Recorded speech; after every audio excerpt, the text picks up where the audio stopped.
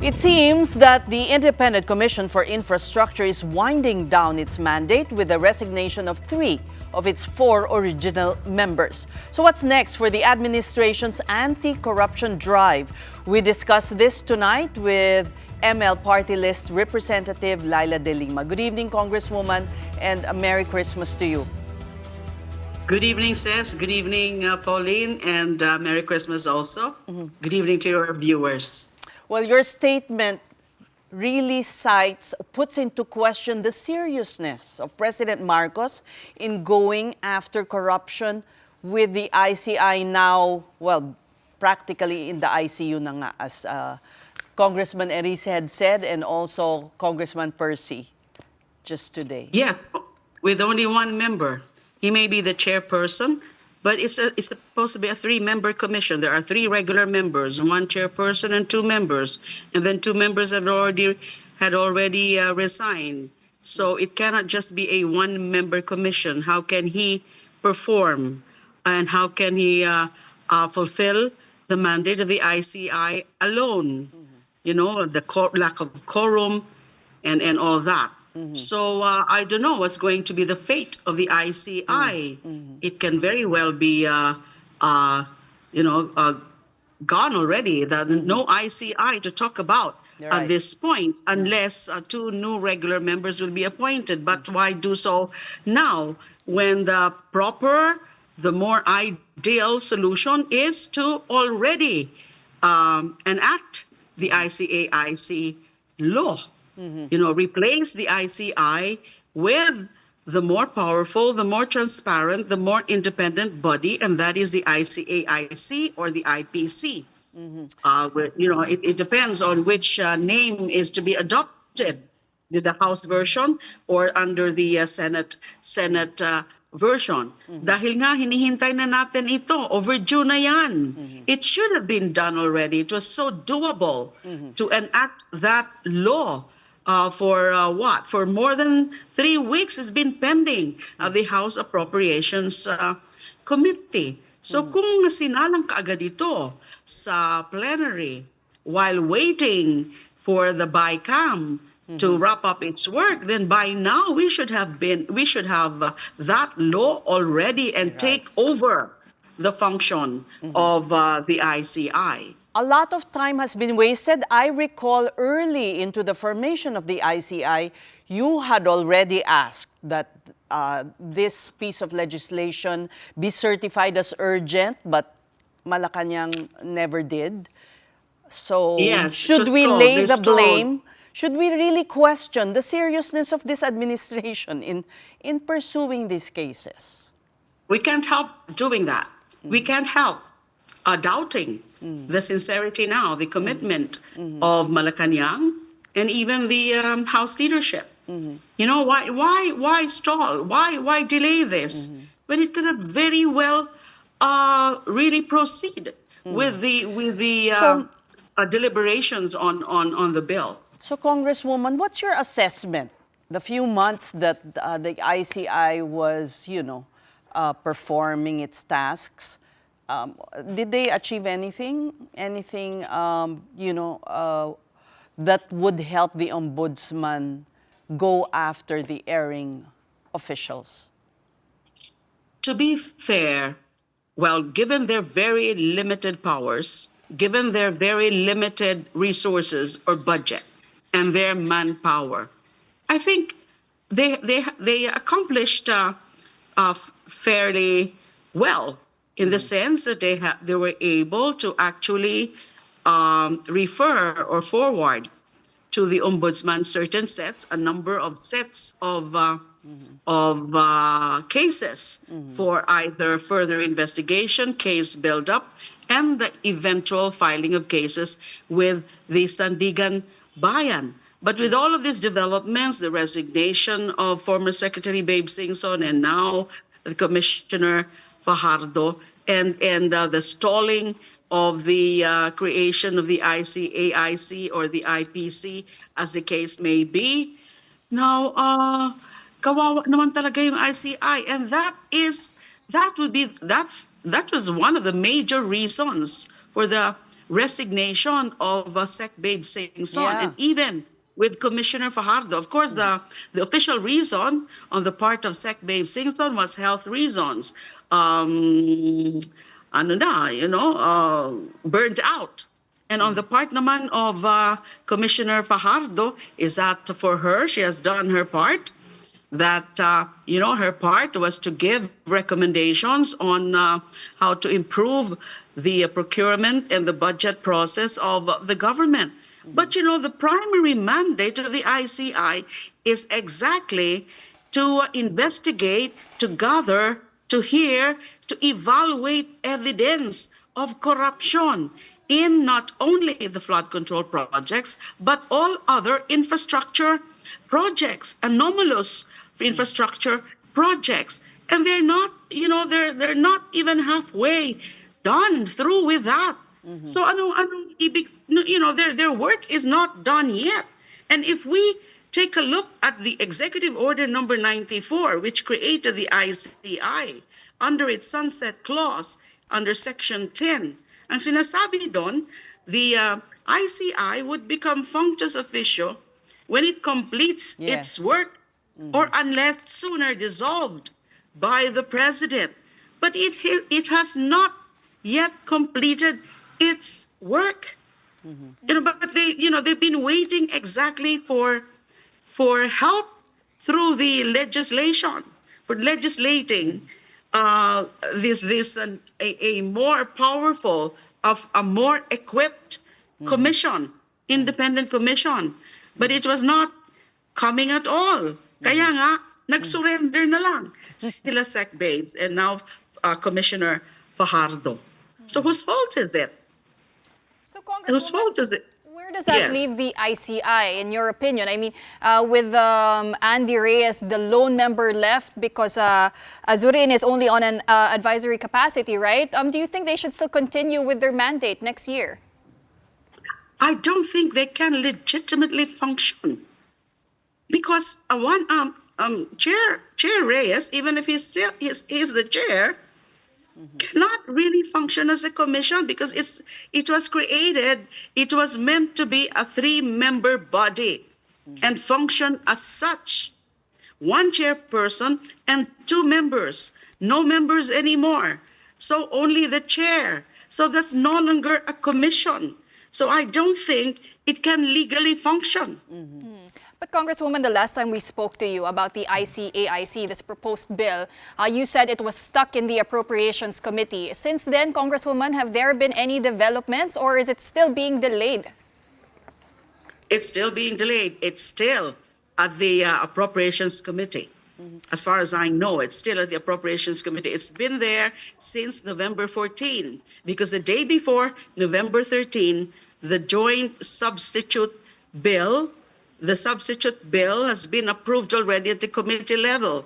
Meron ng committee report. So nandoon na sa Committee on Appropriations. Now, after the Committee on Appropriations is supposed to be sent to the Rules Committee, and the Rules Committee would then forward it to the plenary for second reading. But it's not yet at the Rules Committee. The last time I asked about it, it's not yet at the Rules Committee, and more than 3 years had 3 weeks had passed. Feels like 3 years because It feels like 3 years. the public is impatient. All of us are impatient for results. Who is delaying? Paano dinidribble? Do you have any information as to why it's languishing in the Appropriations Committee? I wouldn't really know who's responsible for the delay. But the House leadership could very well advise the committee, the Appropriations Committee, to fast track it. It's not an excuse that the committee chair had been busy with the BICAM.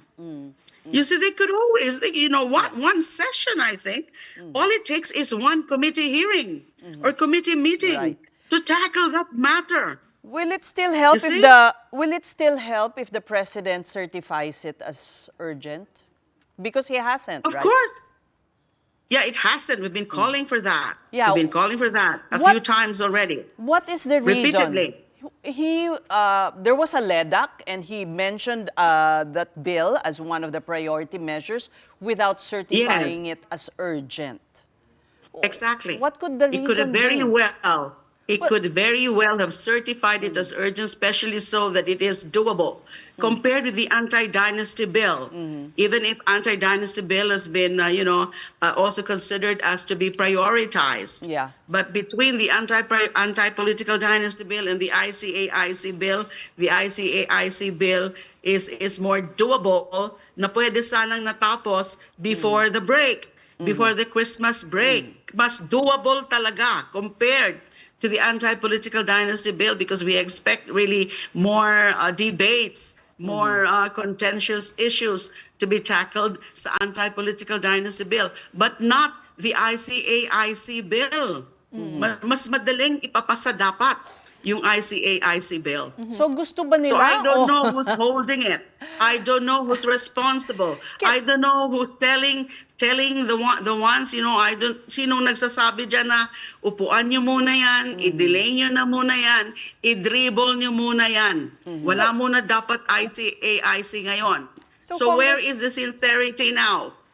Congresswoman, so are you getting the sense that this is being delayed on purpose? And who stands to benefit kapag hindi po maipasa itong ICAIC bill? Because the ICAIC, once created, is envisioned to be and will be truly independent, because it will be created by law. And we will make sure, because, in the composition and then the powers are enough to really accord it, to equip it with enough powers to fully function and effectively and independently. May mga safeguards dyan. May mga magkakaroon talaga ng mga ipin ang commission na yan, na hindi basta-basta madidiktahan o mai-influence ng powers that be. Because we're talking here about powerful personalities that are being linked, implicated to this unprecedented cases of corruption. Okay. On another matter, but still related to the flood control scandal, you are a co-signatory in that call to create or to investigate the death of Yusek Cabral. Yes. Yes. How do you see this progressing, and what exactly do you 10 lawmakers or so want to find out? Okay, primarily, we really want to dig deeper. We would want to know exactly the circumstances surrounding the death of Yusek Cabral. Of course, there's been an announcement already, a pronouncement already, official pronouncement from the DILG that what they see as the cause of death is suicide, and that there are no indications supposedly for any foul play. But we think otherwise, meaning when we say we think otherwise, is that it's too early to rule out, let's say, foul play, because the possible causes would be suicide, accident, or foul play. So why say now, right now, that there is no foul play? Also, we want to know exactly, the role of Yusek Cabral in all of this, because she's one of the central figures in all of this. She knew a lot. She knew a lot about corruption, and then in the planning, in the financing, in the funding, in the implementation of these projects. And we want to know from the officials, from the personnel, the staff, the employees of the DPWH with whom he was working closely, what exactly did Yusek Cabral know? With whom was she dealing with? The private contractors, the politicians, other public officials in the executive, for example, that she was dealing with. They must know something about this. Of course, we can't know that anymore from Yusek. All right. Cabral. So itong mga ganitong mga aspeto, Okay. marami pang dapat malaman, even with her death. And you know, the recovery, and yung mga pagkukulang, the inaction, the dereliction of duty on the part of authorities, of certain agencies of government. Bakit hindi kaagad na-secure yung mga nandun sa kanya? Yung laptop niya, knowing that she is one of the key figures. Bakit Yeah. hindi kaagad na-freeze My yung next- assets niya? Bakit nakaka-withdraw pa rin siya? All of that. Oo nga. My next Yes. question, Congresswoman, is with the dribbling of this ICAIC measure, and then do you think that you'll be supported by the majority? And do you suspect that, cover-up is in the making? There are powerful individuals now who are using their influence to derail this probe. Anything is possible. We can only come up with speculations at this point, but we can't help asking questions. Questions like that. Are there powerful figures trying to undermine the ongoing investigations? And with respect to whether the majority of members of Congress would go along or would approve or would favorably act on this bill, I think so. They would. They know the sentiments of the public. They know that the people are angry. So the people are expecting concrete action from the government, including from Congress itself. We were promised that individuals would be made accountable by Christmas. Yun na nga. 26 na, di ba? So, Yeah. what else can the minority do to pressure the government to act? We'll keep on Swiftly. pushing. We'll keep on making noise. We'll keep on pushing, and we'll keep on raising issues in Congress when it resumes. And in the meantime, because we're going to resume actually December 29 on Monday, but I believe that the sole purpose of that is for the ratification of the BICAM report. So that's all. And then break kami ulit until January 26. And we will resume on January 26. So in the meantime, then we have to really be more aggressive and be more vigilant. And we keep on pushing, actually, for more actions from the palace and from the House leadership. And we should be ready to file appropriate resolutions also. On the 29th, is it not possible for the Appropriations Committee to refer to the rules, this measure that's pending? Yes. It can. Yes, they can. It can. They can always do that. Yes. And since it's still a session day, Monday is still a session. Although session was actually suspended last time and would resume on Monday. So I'm not sure. Actually, I'm not sure anymore. Assess because Monday is supposed to be a holiday and Congress lang ang merong pasok, but only for purpose of the BICAM ratification. Well, given- hindi magkakaroon ng committee hearings kasi kailangan muna mag-hearing yung Committee on Appropriation as well as the Committee on Rules. So I don't think that's possible on Monday. All right. We thank you for talking January to us. na. Yes. 26 ang tagal. Okay. We thank you for talking to us, ML Party List Representative Leila de Lima.